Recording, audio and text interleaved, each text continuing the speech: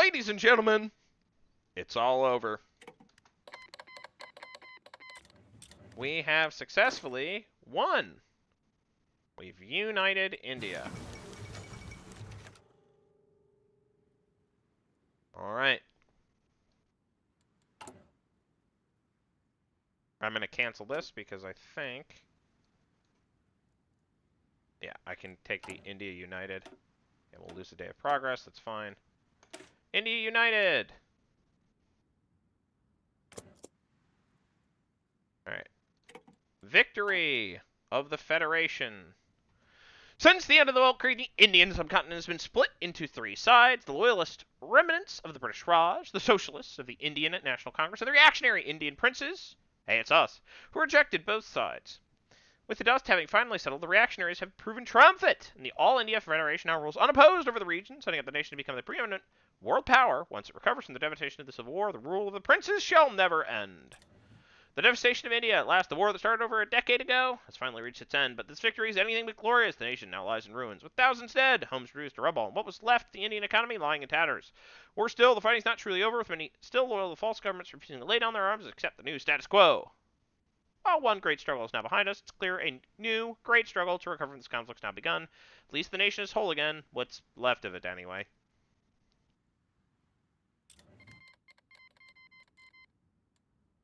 Okay. We are not necessarily in an ideal position, but we're gonna have to figure it out. All right, let's improve our construction speed, and then we're gonna chill, chill, chill, chill, chill, chill, chill, chill, chill, chill, chill, chill, and we're just gonna chill on the ports. All right. With this new change, we can go to check our modern infantry. And that's probably fine.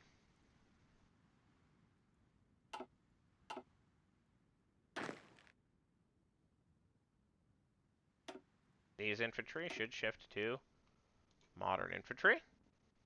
Absolutely do that. These infantry should shift to... These infantry should shift to just regular old infantry.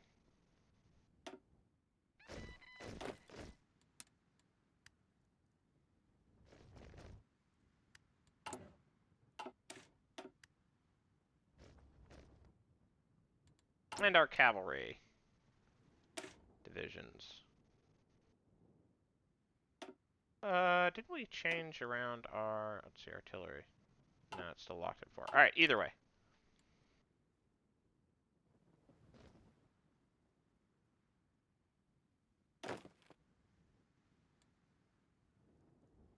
Either way, let's increase our speed. Our finest hour? What childish fantasy. Oh, and we can go to our biggest port, which is Bombay. And we can stop doing that and go back to Bombay.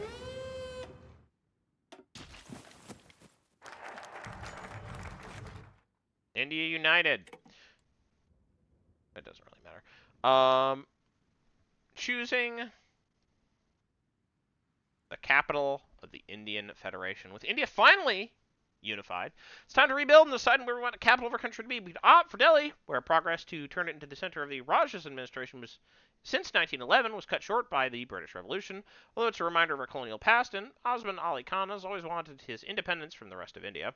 Alternatively, we could move to Lahore, the old provisional capital of British India, and many of the great empires of the subcontinent's path. We too wish to claim the succession of their great legacies. Staying in Hyderabad may also be a fitting choice, with decades of investment brought with it new public services, educational, financial institutions, in addition to the modern infrastructure need for a modern capital. Potential resistance that may be faced in Lahore or Delhi by those still rejecting the subcontinent's future also makes Hyderabad a fitting choice, though ultimately in time such resistance is unlikely to last. So we will stay where we are currently. Alright, we ended up hitting... The voice of the Indian people have been heard. They're crying for freedom and liberty. Um,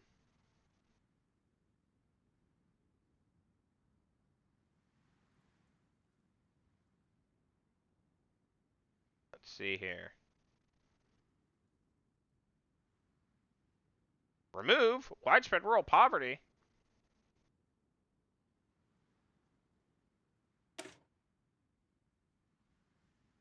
Restrict the Veti Shakiri system of forced labor. Let's get rid of it. Yeah.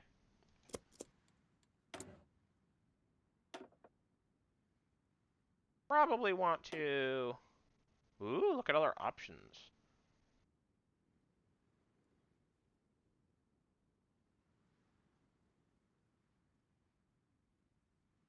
Ooh.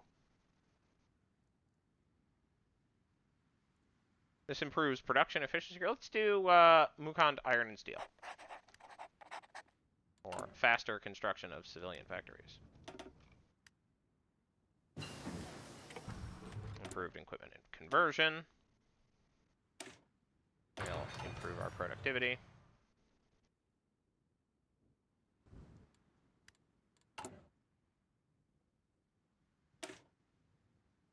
I feel like these cavalry divisions are going to end up being...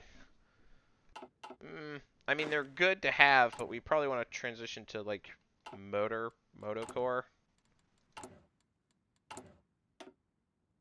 Either way.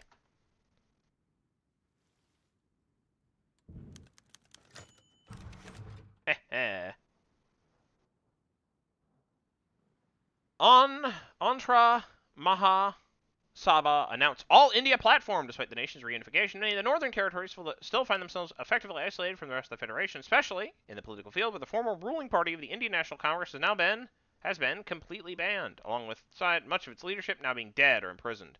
Such a situation cannot last, especially as the reclaimed territories are slowly integrated into the National Assembly. And so, as a part of our outreach effort, the Andhra Mahasabha have announced a new Grand All India platform. As part of this platform, this point forward, the party has chosen to rebrand itself to the All Indian Mahasabha, representing its final transformation from a local pressure group to the modern face of Indian politics. New offices for the Mahasabha will soon be opened up within Northern Territories, an office already having sprung up in Calcutta itself. Additionally, and rather controversially, many of the more moderate members of the INC and those who collaborated with the Calcutta regime have found themselves welcome with open arms to the party. While such an action has quickly given rise to pejoratives describing the party as the Congress Revival Committee, people have generally accepted their actions, believing the action needed to truly represent all Indians on a national level. A new Congress for a new age? That's pretty funny. we end up integrating a lot of the people who are members of the INC who are not syndicalists.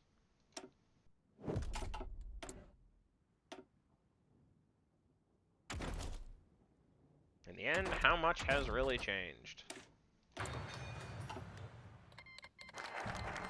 Okay, that's interesting. Okay, so Indonesia has joined the Third Internationale. That's fascinating. I am your slave, master. I bow at your feet. For now, for years now, the complete abolishment of the Veti Shakiri system of forced labor has been one of the AIM's primary goals. Second, only to the firm advocacy of the Telugu language, practices have been present in southern India for centuries, carried out by the Doras, serving zamindars and princes, with the rule of those upholding the Veti Chakiri system being notoriously harsh. The more progressive-minded princes, even those on the conservative side, have so far been convinced that abolishing the practice, seeing the economic benefits of abandoning such a feudal system, the Nizam is anything but progressively minded. It's extremely unlikely he'll ever agree to fully banning the practice in his lands, even if the federal government attempts to crack down upon it. One avenue that's been considered by Rao and the government to work around this is to ban the practice on a federal level, but to allow the Nizam specifically an exemption, provided he ensures the worst excesses of the system are limited to the full extent of his ability. While not a concession the AM is exactly willing to make lightly, it may be a needed compromise to wipe out the practice in the long term. Whether the Nizam is willing to even go that far is still up in the air, however. The door will be reined in, nothing more. How dare Rao make such an absurd demand? I think the Dora will be reined in, nothing more. Oh, interesting. Either way. We are probably going to reconstruct the nation. Ooh.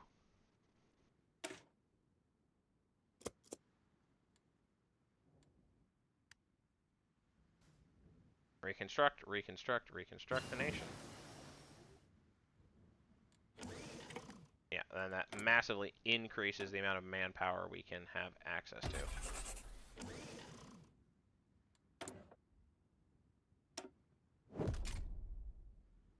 Go, Ordnance Factories Board.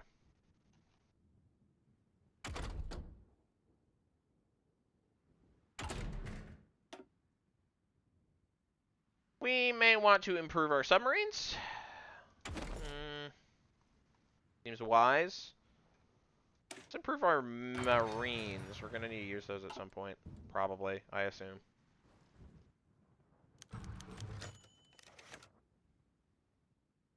Alright. The Fading Torch and the New Flame. Despite their small resurgence during the first federal elections, a few weeks ago, the Justice Party confirmed to its members they will not seek to expand operations outside the Federation's original lands and will likely prioritize consolidating the remaining power base in Madras instead of contesting seats elsewhere. With this all but confirming, the Justice Party will never again rise to be rivals of the Mahasabha.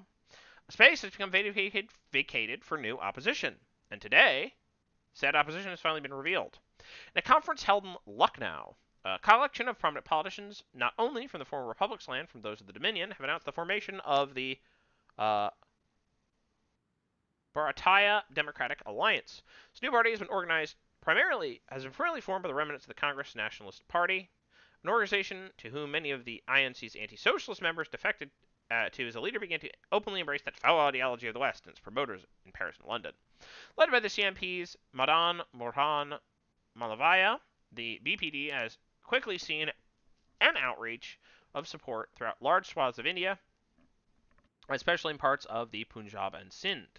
Despite being primarily a conservative party, they've seen quite a few defections from the Rump Liberal Party, with whom there's much common ground on issues of Hinduism and support for the middle classes. While they've yet to win any seats, owing to no election yet being held in the North, it seems very likely the party is destined to become the primary rival of the Mahasabha for the foreseeable future. A strong opposition is always healthy. There's some very loud thunder happening outside.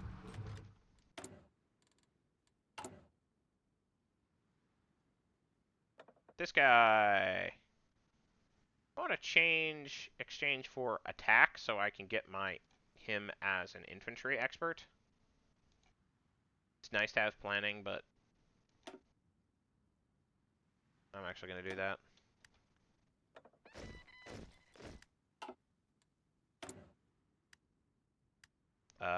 We probably want to train more mountaineers. How are my mountaineers looking? Yeah, they're looking good. Well, maybe. I could just do this instead. Nope.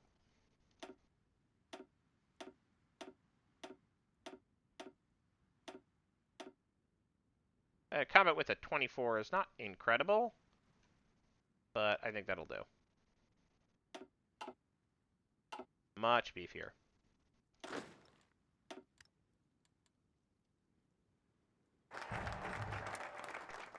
Reconstructing the nation. Whoa, whoa, whoa. All right.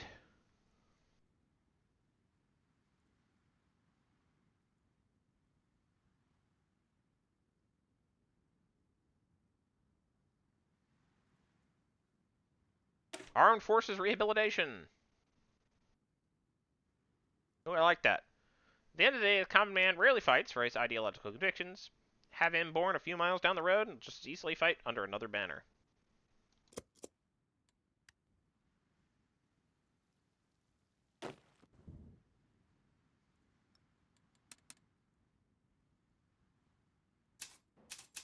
There we go.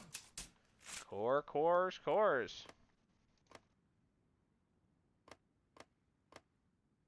I think we are, still coring these places.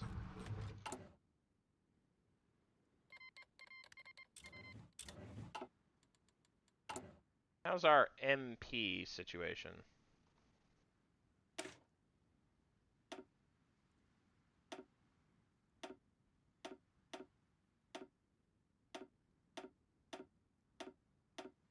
We'll expand it.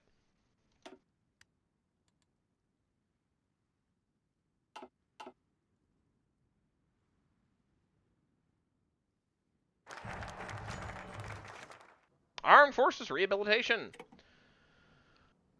Ooh. Dealing with the enemy's officers. Well, many officers fought for enemies did so out of ideological convictions or personal loyalty. There are many among them who simply did so out of circumstances. Many of Calcutta's former officers, including most chiefly Konandara, Konandara, Cariappa, alongside the few natives in the Lahore's ranks, have offered to join our armed forces, bringing their expertise in exchange for clemency. Such an offer is tempting, as there's always a need for good experienced men, but pardoning these men, especially those who serve the socialists, is hardly a popular move, and so a difficult decision must be made about their fates. Accept them into their ranks. They can be forgiven through service. Let in those from Lahore, but jail Calcutta's goons. These men are beyond redemption. Lock them away forever. I'm inclined to accept them into our ranks. They can be forgiven through service. It's good to have lots of guys. Let's see. Oh, we got loads of boys now. Yeah, this Konandara guy. He's better than my guy. No, but if we ever want to run a second army, which we very well could, that would be the guy we want to do. Alright.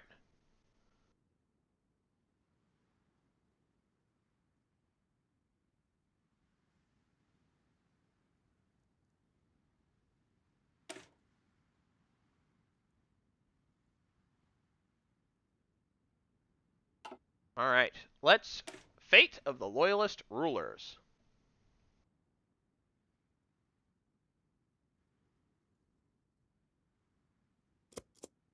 Allowing us to tackle resistance. Not that we're having trouble integrating.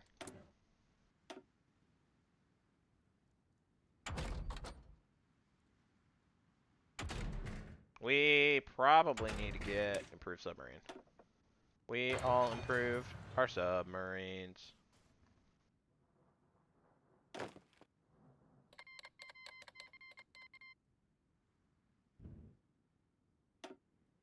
Infantry should transition, if we can, to modern infantry. We don't have nearly enough equipment for that.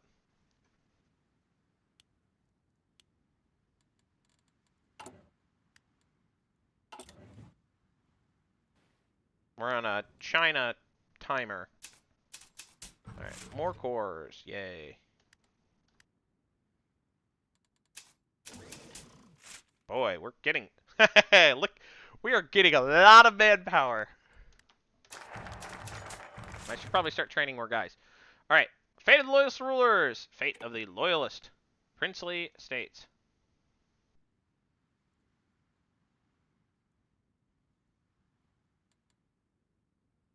When Osman rallied the southern princes behind the national government, not all of India's native royalty rose to support him. A great deal of the northern princely states decided to throw a lot in with the British remnants and willingly acceded to their failed dominion. While it's easy to recognize that they were simply concerned with saving their own hides, it's hard to view their continued allegiance during most of the recent stages of the war as anything but a betrayal. Still, the princes have played an incredibly vital role in maintaining order in the region. Their complete removal would be too hasty, though demanding their abdication in favor of more tolerable successors is certainly an option. Alternatively, while it may be a tough pill to swallow, maybe more prudent to integrate them as into the current administration, adding them as members of the Federation and chamber members. If desired, this could go as far as allowing Hari Singh of Kashmir a place in the council, a position he would deserve as a powerful and prestigious ruler, and likely go a wrong way to convincing his loyalists to fully cooperate with the Federation. Demand their abdication. Fully integrated, but Singh's not joining the council. I am going to demand the abdication of most pro-British princes. They cannot be trusted. I am going to go with federal reorganization. We are not going to try to turn the clock back before the revolution.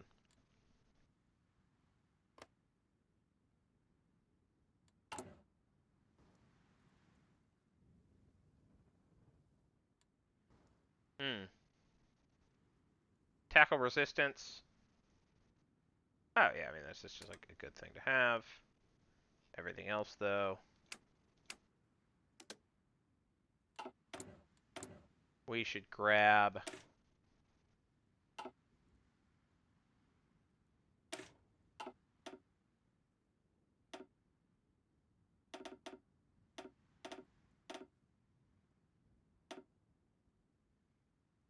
Yeah, we'll go to, we'll train 24 lines of modern infantry.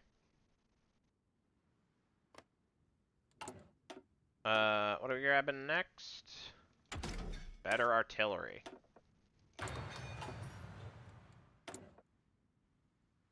We have 2 land warfare facilities. No other... We can legislate freedoms.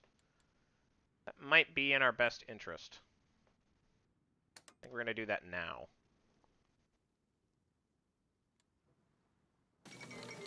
Philippines joins the Reichspakt. Alright, tide shift towards Singapore.